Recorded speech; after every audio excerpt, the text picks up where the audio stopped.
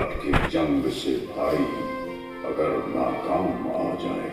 मिल जाएगी, यूट्यूब पे मिल जाएगी। बहुत सारे सीन बनाते रहते हैं, वो बनाते रहते हैं। मैं कैलाश पर्वत, और आज मैं आपको एक आंखों की कहानी Volume 55. उस पराक्रम की कहानी जो मानवीय शक्ति और सामर्थ्य से भरे, उस शौर्य की कहानी जिसे हमने आंखों से न देखा होता तो किंवदंती कहकर झुठलाते थे। उस अदम्य साहस की कहानी जो घटते हुए तापमान के साथ और बढ़ा। उस युद्ध की कहानी जो भारत के रणबांकुरों में आखिरी गोली और आखिरी सांस तक था। ये कहानी है 1962 के भारत चीन युद्ध की। ये कहानी है रिजांगला की। हिंदी चीनी भाई भाई का नारा लगाकर हमारी पीठ में विश्वासघात का खंजर उतार देने वाला चीन आज भी रिजांगला की लड़ाई याद करके थर्रा उठता है। बात तब की है जब हमारी आजादी को सिर्फ 15 वर्ष हुए थे। हम घुटनों से उठकर पैरों पर खड़े होने की कोशिश करते थे। हमारे सैनिकों की छातियां साहस और संकल्प से भरी हुई थी, लेकिन हमारे हथियार घर अत्याधुनिक हथियारों से खाली थे।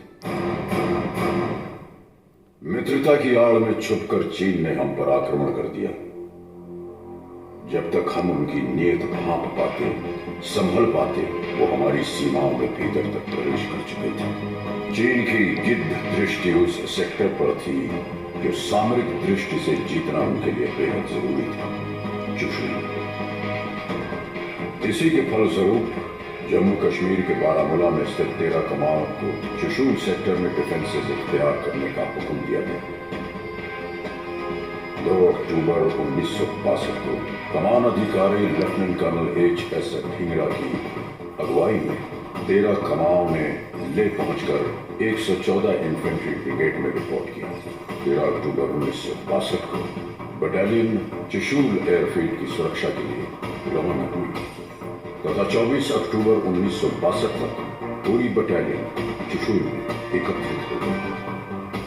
यहीं चुशुल की घाटियों में समुद्र तट से 16,440 फीट की ऊंचाई पर स्थित है रिजांगला। रिजांगला दक्षिण पूर्वी दिशा में एक प्रहरी की तरह खड़ा है और चुशुल घाटी को दिन रात सुरक्षा प्रदान कर रहा है। रिजांगला पर डिफेंस इख्तियार करने की जिम्मेदारी मेरे उस पराक्रमी बेटे को सौंपी गई जिसे राजस्थान की वीर भूमि ने महाराणा प्रताप और बप्पा रावल की कहानियां सुनाकर पाला था, मेजर शैतान सिंह। दुश्मन किसी भी वक्त रिजांगला पर आक्रमण कर सकता था। उल्टी गिनती शुरू हो चुकी थी। एक एक पल हार और जीत का अंतर सिमटता जा रहा था। मेजर शैतान सिंह ने पलक झपकने की प्रतीक्षा भी नहीं की। रिजांगला पर अपनी कंपनी द्वारा डिफेंस इख्तियार कर दिया। इन बर्फीली घाटियों पर तापमान 0 से 40 डिग्री नीचे तक फिसल जाता है और विज्ञान कहता है कि इंसान का शरीर इतनी ठंड बर्दाश्त करने के लिए नहीं बनता। एक बार तापमान शरीर के अंदर प्रवेश कर गया तो हृदय गति रुकने का डर है। लेकिन अगर कोई ये कहे कि उसे मौत से डर नहीं लगता तो या तो वो झूठ बोल रहा है या फिर वो भारत का सिपाही है। मेजर और उनके लड़ाकों को तापमान की नहीं, हिंदुस्तान की फिक्र थी। 18 नवंबर 1962 प्रातः 4 बजे नायक हुकुमचंद के नेतृत्व में नंबर 8 प्लाटून के एक पेट्रोल ने भारी संख्या में दुश्मन को अपनी प्लाटून की तरफ बढ़ते देखा। उन्होंने तुरंत फ्री लाइट फायर और लाइट मशीन गन के बर्स्ट से सबको अलर्ट किया, जिसके फलस्वरूप पूरी कंपनी स्टैंड टू में आ गई।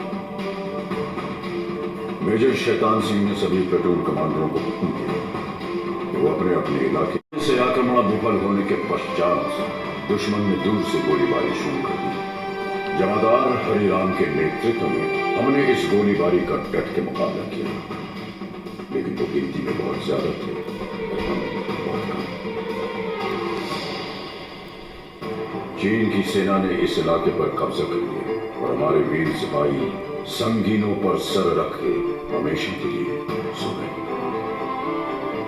तभी उत्तरी छोर से नंबर 7 प्लेटून पर भी दुश्मन ने हमला बोल दिया। जमादार सुरजा ने 3 इंच मोटर सेक्शन को आगे बढ़ते दुश्मन को निशाना बनाने का हुक्म दिया। मोटर सेक्शन में कारगर फायर डालते हुए दुश्मन को भारी नुकसान पहुंचाया। दुश्मन ने अतिरिक्त जवानों और मीडियम मशीन गन के साथ फिर से हमला किया। इस बार लड़ाई सिर्फ बंदूकों और गोलियों से नहीं, हाथों से भी लड़ी गई। कुश्तीबाज लांस नायक सिंहराम यादव ने 10 चीनी सैनिकों को बालों से पकड़कर चट्टानों पे पटक पटक कर मार डाला। उनकी फौलादी भुजाओं से टकरा के चीनियों के हौसले चढ़क गए। इस प्लेटून के समस्त सैनिक अटल शौर्य के साथ लड़े और हंसते हंसते वीर गति को प्राप्त। अब दुश्मन अपने आक्रमण का रुख प्लेटून नंबर 9 की ओर मोड़ चुका था। चीनियों ने भीषण गोलीबारी की और हमने एक एक गोली के जवाब में 10-10 छातियां आगे कर दी। मैंने अपनी आंखों से देखा मेजर शैतान सिंह का शौर्य। मैंने देखा उस जाबाज का जलाल, देखा कि कैसे उसके सीने से टकरा के संगीनों की धार मुड़ गई और कैसे उसकी ललकार सुन के चीनी आंखों की नींद उड़ गई। मेजर शैतान सिंह के बदन में चीन का लोहा घुसता रहा और वो दिलेर चीनियों की बुज़दिली पर हंसता रहा।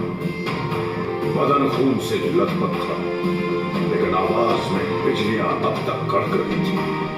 मेजर शैतान सिंह ने अपने सिपाहियों को ललकारा, काट देना या कटना, पर सौगंध है तुम्हें भारत मां की, पीछे मत हटना। मेजर शैतान सिंह बुरी तरह घायल थे। उन्हें फौरन सुरक्षित ठिकाने की तरफ बढ़ने का आदेश दिया गया, लेकिन उन्होंने इनकार कर दिया। उन्होंने नायक रामचंद्र यादव और उनके साथ एक और जवान को बटालियन हेडक्वार्टर भेज दिया ताकि वो दुश्मन के आक्रमण की खबर पहुंचा सके। मेजर शैतान सिंह आखिरी गोली और आखिरी सांस तक लड़े, फिर भारत मां के चरणों में अपने प्राणों की आहुति दी। तकरीबन 16 घंटों तक चले इस महासंग्राम में चीन ने 1300 सैनिक खो लिए। चीन के अखबारों में भी भारतीय सैनिकों की वीरता के किस्से छपे। ऐ शहीद मुल्को मिल्लत, मैं तेरे ऊपर निसार, अब तेरी हिम्मत के चर्चे गैर की महफिल में। मेजर शैतान सिंह और उनके साथियों ने चीनियों की हिम्मत तोड़ दी। उन्होंने चुशूल पर कब्जा करने का विचार हमेशा हमेशा के लिए छोड़ दिया। युद्ध के 3 महीने बाद फरवरी 1963 में भारतीय फौजी वहां पहुंचे तो देखा कि बर्फ में सिपाहियों के बदन अकड़ गए थे, लेकिन हाथ से बंदूकें नहीं छूटी थी। मेजर शैतान सिंह को उनकी उत्कृष्ट वीरता, अदम्य साहस, दृढ़ निश्चय और पराक्रम के लिए मरणोपरांत भारतीय सेना के सर्वोच्च सम्मान परमवीर चक्र से अलंकृत किया गया।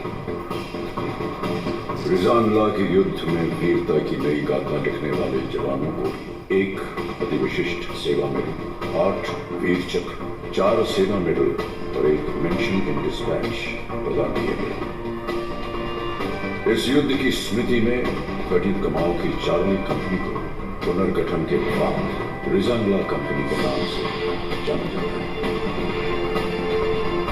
ये युद्ध स्मारक रिजानला के इतिहास का गवाह है। इसके प्रांगण में आहेर धाम उस पवित्र स्थान पर स्थित है जहां भारत सामूहिक अंतिम संस्कार किया गया। तत्कालीन brigade commander brigadier TN. Raina द्वारा इन वीर योद्धाओं को मुखांजलि दी गई थी।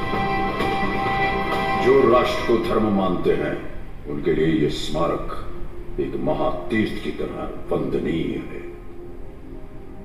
तुम ही न होते तो दुनिया बबूल हो जाती, जमीन खून से यूं लालाजार करता कौन। हजारों लोग हैं यूं तो जमाने में, लेकिन हमारे वास्ते यूं मुस्कुरा के मरता कौन। विजांगला मेमोरियल का हर पत्थर एक घोषणा है कि हम भारत के लिए जिएंगे, भारत के लिए मरेंगे। ईश्वर हमारे शत्रुओं पर दया करे, क्योंकि हम तो दया नहीं करेंगे। जय हिंद, जय हिंद की सेना।